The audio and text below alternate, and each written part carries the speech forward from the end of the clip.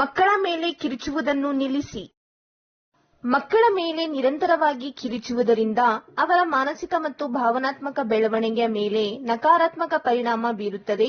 ಇದು ಮಕ್ಕಳಲ್ಲಿ ಅಸುರಕ್ಷತೆ, ಆತ್ಮವಿಶ್ವಾಸದಲ್ಲಿ ಕೊರತೆ ಮತ್ತು ಒತ್ತಡವನ್ನು ಹೆಚ್ಚಿಸುತ್ತದೆ. ಮಕ್ಕಳ ಮೇಲೆ ಕಿರುಚುವುದರಿಂದ ಉಂಟಾಗುವ ನಕಾರಾತ್ಮಕ ಪರಿಣಾಮಗಳು: ಆತ್ಮಗೌರವದಲ್ಲಿ ಕೊರತೆ.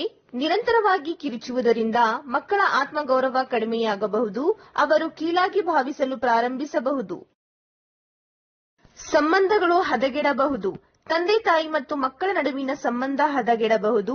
ಮಕ್ಕಳು ತಮ್ಮ ತಂದೆ ತಾಯಿಯಿಂದ ದೂರವಾಗಬಹುದು.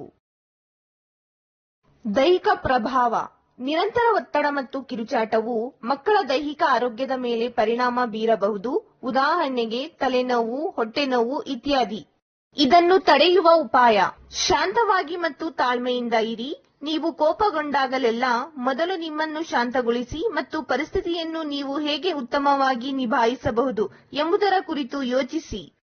ಸಕಾರಾತ್ಮಕ ಸಂವಾದ: ಮಕ್ಕಳೊಂದಿಗೆ ಸಕಾರಾತ್ಮಕ ಮತ್ತು ಗೌರವದಿಂದ ಮಾತನಾಡಿ. ಅವರು ಏನು ತಪ್ಪು ಮಾಡಿದ್ದಾರೆ ಮತ್ತು ಅದನ್ನು ಹೇಗೆ ಸರಿಪಡಿಸಬೇಕು ಎಂಬುದನ್ನು ಅವರಿಗೆ ತಿಳಿಸಿ. ಸಮಯ ತೆಗೆದುಕೊಳ್ಳಿ.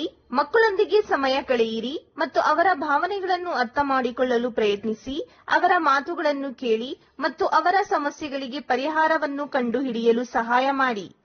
ನೆನಪಿಡಿ, ನೀವು ಮಕ್ಕಳ ಮೇಲೆ ಕಿರುಚುವುದನ್ನು ನಿಲ್ಲಿಸಿದರೆ ಅವರ ಆತ್ಮವಿಶ್ವಾಸ ಮತ್ತು ಮಾನಸಿಕ ಆರೋಗ್ಯ ಉತ್ತಮವಾಗಬಹುದು.